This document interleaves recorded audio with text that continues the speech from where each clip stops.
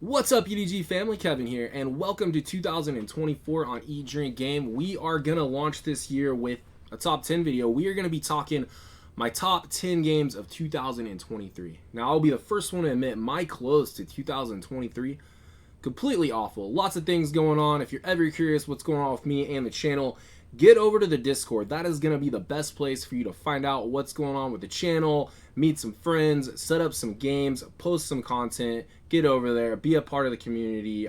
The more the merrier, as always. So I have that link in the description, but I'll go ahead and get us queued up for that top 10 video.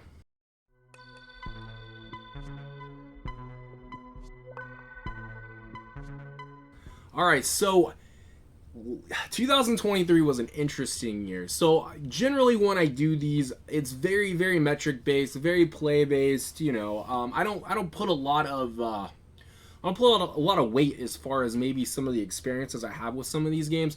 So I did that this year mainly because of how kind of the plays went later in the year, and I thought, you know, it would not be fair to penalize some of these games for just not getting, you know, consistent plays later in when a lot of that was on me.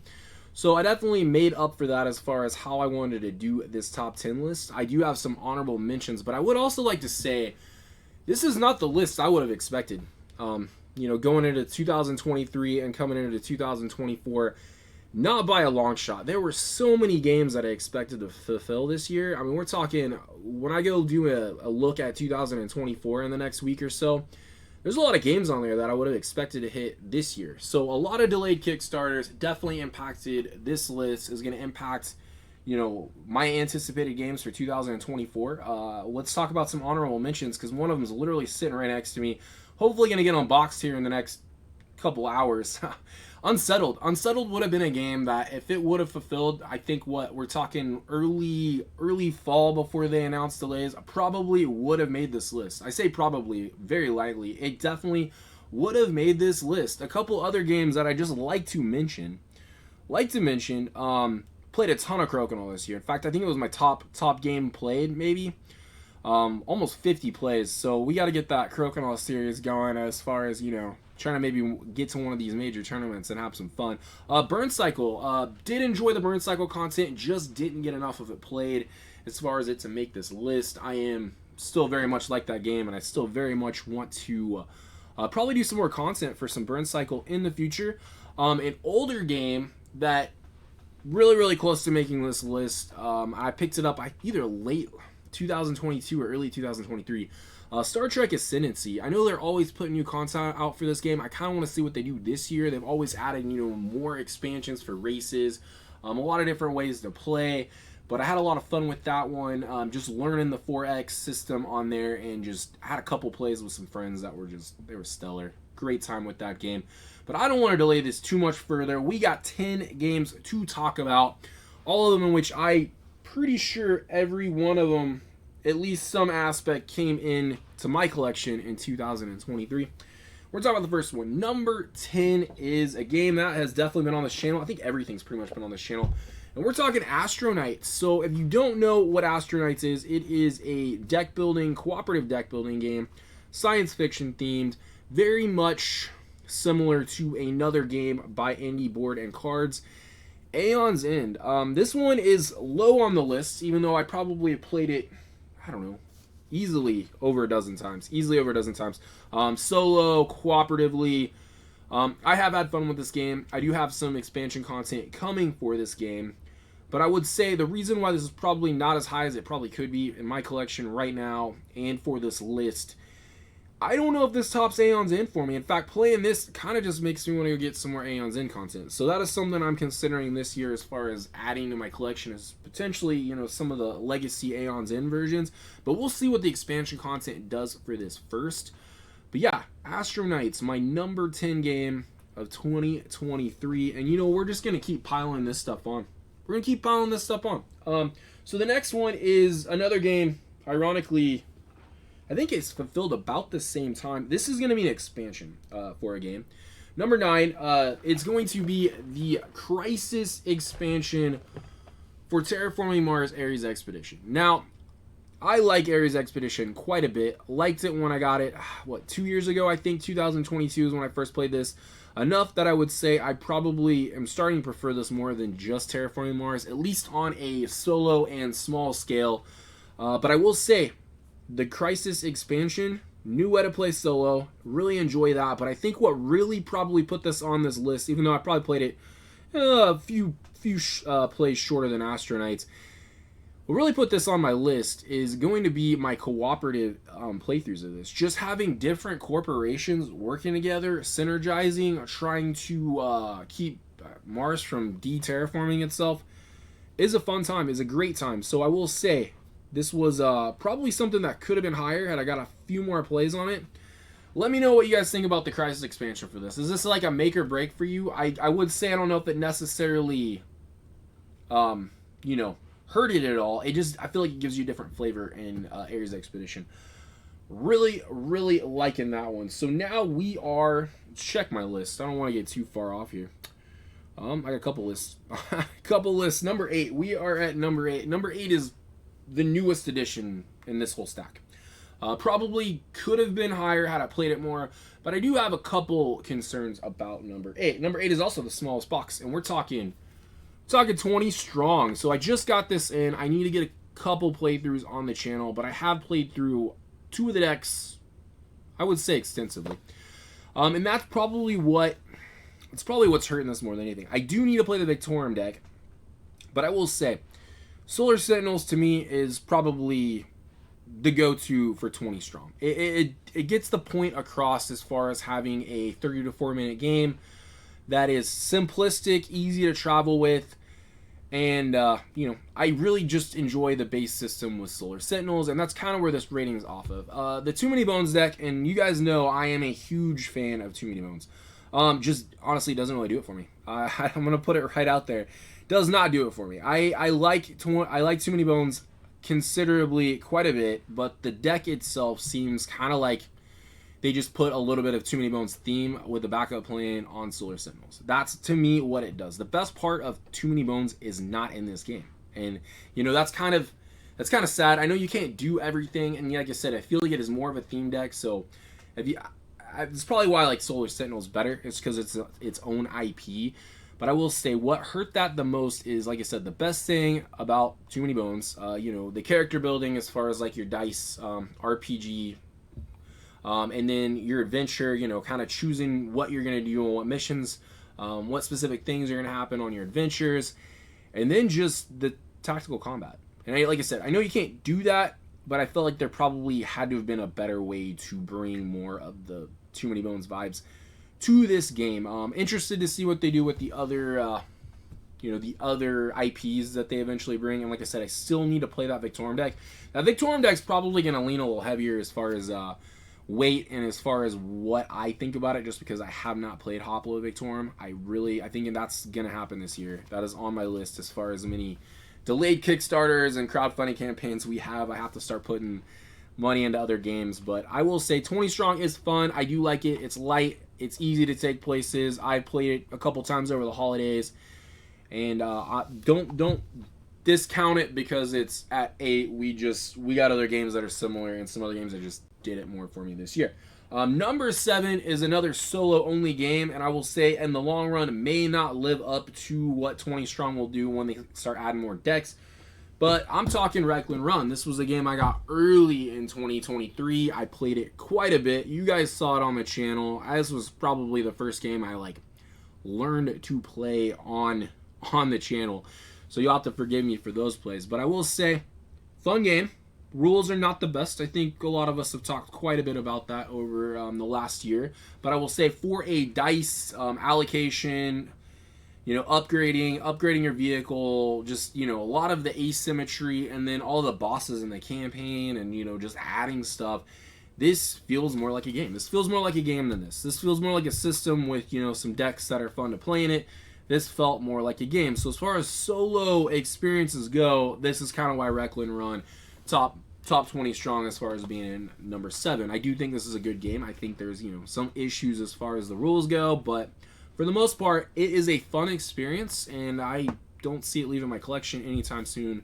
Don't have a ton of dice placement games, so that also kind of helps. Let's see what we're gonna do over there. Looks good. We'll keep it going. We'll keep it going. Where are we? We're number 6. Number 6.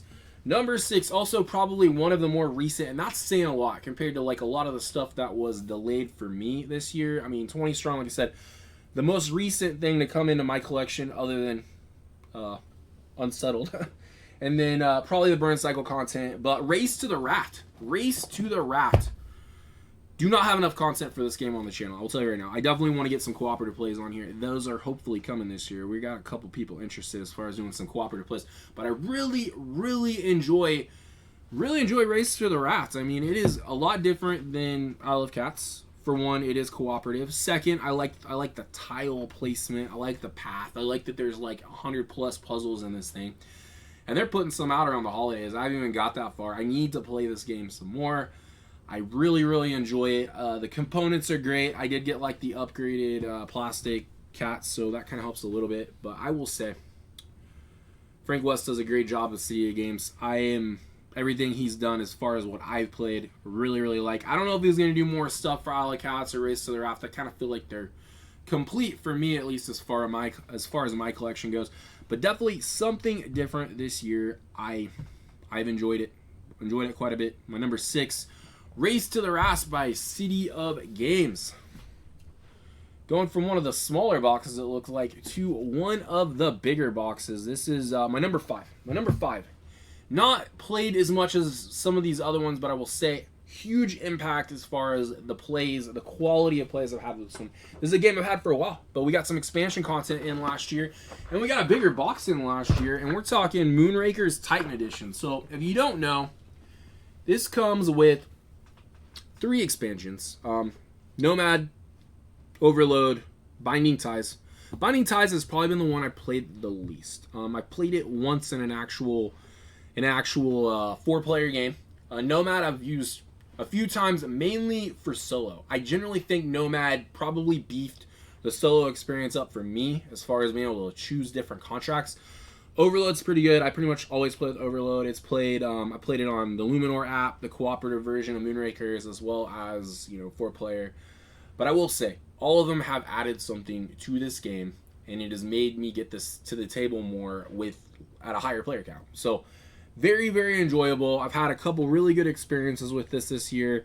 I will say when I got it, I definitely dived into it a little bit, got some solo plays, played some Luminor, and it sat for a while, and then I had a couple opportunities to get this to the table with a couple groups, and I definitely want to get this played more this year. I really enjoying this one. It is tracking up my all-time as well. So not just appearing on my top 10 of 2023, but it's also beefing up on my overall collection. That's something we'll absolutely have to talk about this year to kind of give you guys an idea where my preferences are and what my favorite games are. We'll get there.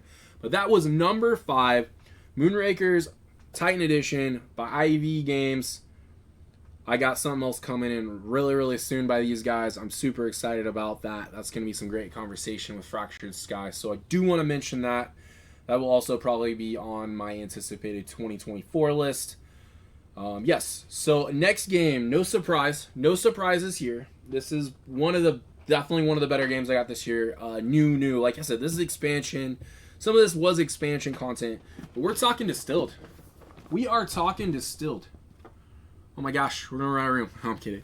Distilled, how do I not put this game on here? I really enjoy this one. I like it solo. I played it a couple times at a 2-player count. This is one I want to get played more this year. Fantastic components, fantastic trays. I think they're probably everywhere right now because of the way this box is sitting. But Distilled by Paverson Games has been a great addition to my collection. You guys know I love spirits. I love whiskeys. I love exploring different flavors of that stuff. And this is one of those games that actually kind of educated me on a few things as far as I've had to look up, some different spirits I was unfamiliar with when I got to it. So some very cool, very good experience with this game. Distilled is awesome. Number 4, like I said, I want to play this more. Definitely get some, 2 or 3 player count games and maybe Distilled on the channel this year. We'll see what happens. You guys got to let me know. If this is one of those games that shows up on like Board Game Arena or TTS, might digitize it and play it with the community on there, but number 4, this is, like I said, definitely when we're getting into these games, I have a lot of good feelings for. A lot of good feelings for. What do we got next? Number 3. This is, we'll call this my dark horse game of the year. My dark horse game of the year. And you'll see what I'm talking about. You will see what I'm talking about. I don't know what we're doing here. We're trying to get some more space. Trying to get some more space on here. This is a game that I would have not have guessed when it came in. This would have made this list. This is one of those games that I heard great things about, liked the mechanics, thought, you know, maybe I needed another dice placement game since I didn't have very many. And so I picked this up, and I think just the combination of the mechanics of this game made me really, really enjoy it. And I played it mainly solo, but a couple plays 2-player. We're talking Solarsphere. Solarsphere by Dranda Games. I might get the expansion for this. We'll see. I might have somebody print me a 3D insert for this. That's probably going to happen. But I will say, Solarsphere. Dice placement. Really cool comboing. A little bit of tableau building. Dice manipulation. Absolutely. This game's got a lot of different ways you can do it. And I think the more I played this game, the more I probably enjoyed it. Because I've tried to figure out all those little different strategies as far as using like your crew members. So, you know, manipulate stuff all at the same time. You know, using, you get to use these cubes and, like, yeah, you get to upgrade specific spots when you go to them and make them better, but also you get to use those to manipulate your dice and give you kickbacks, and it's so cool. I really, really enjoy Solarsphere. It is definitely my number 3 from 2023.